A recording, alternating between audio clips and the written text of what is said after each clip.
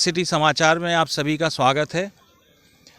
आज हम लोग बुंदेलखंड के दौरे पर निकले हुए हैं और शहर सिटी समाचार ने निश्चित किया है कि बुंदेलखंड के जो गांव हैं उनकी बदहाली हम सरकार तक पहुंचाने का काम करेंगे और सरकार के जो वादे हैं खोखले उनको दर्शाएंगे कि वादे आजकल आपने देखा होगा कि जगह जगह आप रोज़ अखबार देखिएगा, अखबारों में लाखों करोड़ों रुपए का विज्ञापन आता है। सिर्फ सरकार उसमें अपनी वाहवाही लूटती है और ये बताती है कि उन्होंने कितना विकास किया है, जबकि हकीकत इससे बिल्कुल दूर है।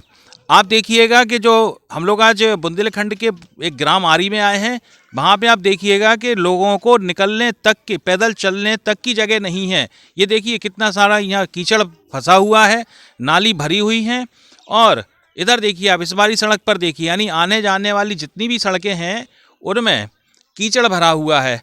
अब आप ये बताइए कि ये जो रोजगार है या जो इनका विकास है, विकास की योजनाएं हैं, रोजगार है, रोजगार के लिए जो इतना सरकार हल्ला मचाती है कि मैंने ये किया है वो किया है, मुझे तो लगता है कि ये सरकार की जितनी भी योजनाएं हैं सब फर्जी योजनाएं आती हैं। और शहर सिटी समाचार आपके लिए इसी तरह का हकीकत लेकर आएगा। आज हमारे सामने दादाजी ये खड़े हुए हैं, इनसे पूछेंगे कि इस गांव में क्या ऐसा ही हाल हमेशा रहता है। दादाजी बताइए कि इस जो सड़कें हैं क्या ऐसे ही हमेशा बनी रहती हैं? हाँ साहब, ऐसी ही बनी रहती हैं हमेशा हमेशा अभी ऐसी ही बनी है साहब। सड़कें कीचड़ मची साहब। सरकार तो दावे करती है कि बहुत विकास हो रहा है गांव का, क्या ऐसा विकास आप ये विकास मानते हैं इसे? हाँ हाँ, और का ये विकास है कि नहीं, विनाश है? विनाश है, ये विकास नहीं है। अच्छा हाँ। देखिए ये बच्चे खड़े हैं, देखो ये बच्चे खड़े हुए हैं।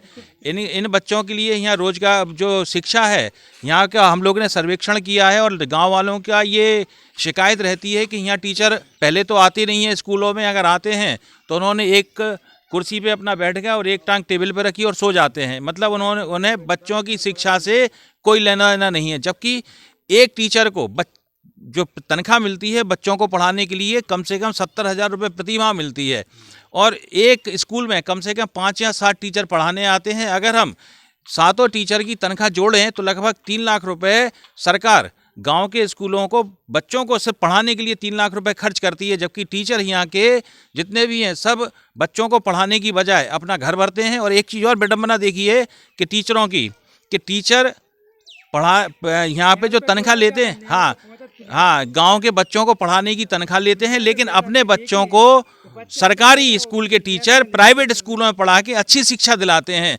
जबकि होना ये चाहिए कि टीचरों के बच्चे भी, जो सरकारी स्कूल के टीचर हैं उनके बच्चों को भी सरकारी स्कूलों में पढ़ने का आदेश होना चाहिए। तभी पता पड़ेगा कि वे दूसरों के बच्चों का भविष्य तो खराब करते हैं, अपने बच्चों का भी भविष्य टीचर खराब करे, तब पता पड़ेगा कि एक बिल्कुल पीढ़ी खराब करने में ये लगे हुए हैं। हम इनसे पूछेंगे जो खड़े हुए हैं कि स्कूलों में क्या हाल है आज सरकारी स्कूलों में, बताइए। सरकारी स्कूलों में ये हाल है कि जितने टीचर आ रहे हैं उतना मतलब बच्चों को शिक्षा नहीं मिल रही है। बैठे रहते हैं सारे दिन और जो बगल में नहर है इधर उधर घूमते हैं, कभी मंदिर के साइड बैठते हैं इधर उधर चल के। और बच्चे हमारी हम खुद ने प्राइवेट पढ़ा रहे हैं गांव में, हमारे स्कूल होकर के भी हम प्राइवेट भेज रहे हैं इन बच्चों को। अब सब सप्ताह ही नहीं है तो क्या करें। देखिए हाँ, जो खुद से बैठी भाग जाती हैं। ये प्राइवेट वाले ये पूरी प्राइवेट पढ़ रही है, सरकारी में कोई आई नहीं, अब पढ़ाई नहीं हो रही। और हमारे यहाँ पे मतलब अच्छी शिक्षा मिलेगी तो हम मतलब खुद ही प्राइवेट स्कूल में क्यों भेजेंगे, यहीं पे भेजेंगे और अच्छी शिक्षा मिलेगी तो। सही बात, बस है ही नहीं शिक्षा तो हम क्या करें। देखिए यहाँ पे जो हाल है, यहाँ पे देखो खेती बाड़ी बढ़िया दिख रही है, लेकिन यहाँ पर ये देखा जाता है कि यहाँ पर किसान कितनी भी मेहनत कर ले लेकिन अंत में जाकर उसे खेती किसानी में नुकसान ही होता है। डीजल का रेट इतना बढ़ गया है कि अगर उसे खेत पे पानी देना है और अपने पंप सेट पे चलाना है तो बिजली की यहाँ बिल्कुल सुविधा नहीं रहती है। गांव में ये देखा गया है कि गांव में बिजली उस समय काटी जाती है जब किसानों को आवश्यकता होती है। आपने यूरिया की जो बोरी 500 रुपये की आती थी, आज ब्लैक में 2000 रुपये की भी नहीं मिल रही। मतलब खाद जो समझ लीजिए क्या कि खेत से बहुत दूर हो गई है। और किसान जो है, ये हमने देखा था कि ललितपुर के क्षेत्रों में किसान लाइन में खड़ा आदमी मरा है, भगदड़ भी मची है, हाथापाई भी हुई है। हाँ 1700 की बोरी खरीदी। 1700 की बोरी खरीदी आपने? बताइए। 45 किलो भर्ती में बताइए। 1200 रुपए की 1200 सरकारी की, रेट पे 1700 की 1700 रुपए खरीदी खरीदी हम लोगों ने उसे बेचने के मिला ही नहीं रही सरकारी, वो मिला ही भी नहीं रहा। 4 दिन तक लाइन में लगी खड़ी हुए है। और यूरिया जो 250 रुपए की है वो 350 रुपए की खरीद रहे हैं, 350, 400 की तलक आ रही, 400 की। तो ये शहर सिटी समाचार ने आज ग्राम आरी का आप लोगों को बताया है। और ये शहर सिटी समाचार बुंदेलखंड राज्य निर्माण के लिए समर्पित एक चैनल है।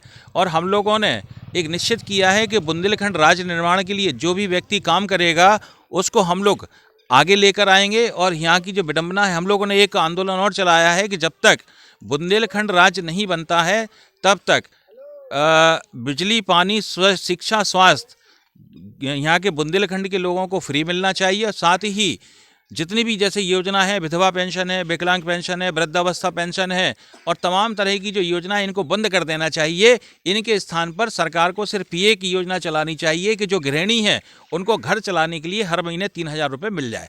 होता क्या है कि किसी विधवा को 3000 मिलते हैं, लेकिन अगर कोई बहन हमारी स्वस्थ पूरा परिवार है, हरा भरा परिवार है, तो वो भूख से मर जाता है ना। जबकि होना क्या चाहिए कि जितनी भी सहायता है आप ना तो उम्र देखो ना परिस्थितियां देखो, सबको एक जैसा मानकर सुविधाएं देनी चाहिए। तो क्या ये सही है कि हम लोगों की जो मांग है कि घर चलाने के लिए महिलाओं को 3000 रुपये हर महीने मिलना चाहिए, कि ऐसा अगर हो जाए तो कैसा रहे?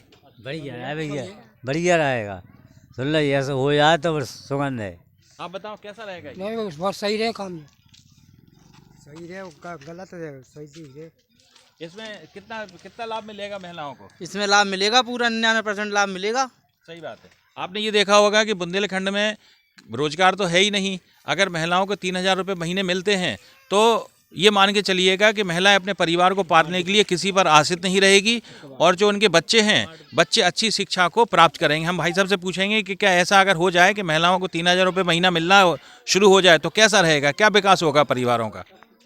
जो बच्चों की शिक्षा और अच्छी तरह से देख रेख हो जाएगी बच्चों की, और क्या जी ऐसे फिरते उल्टे सीधे वो 3000 रुपये बच्चों के काम में आए, घर के काम में आएंगे। सही बात।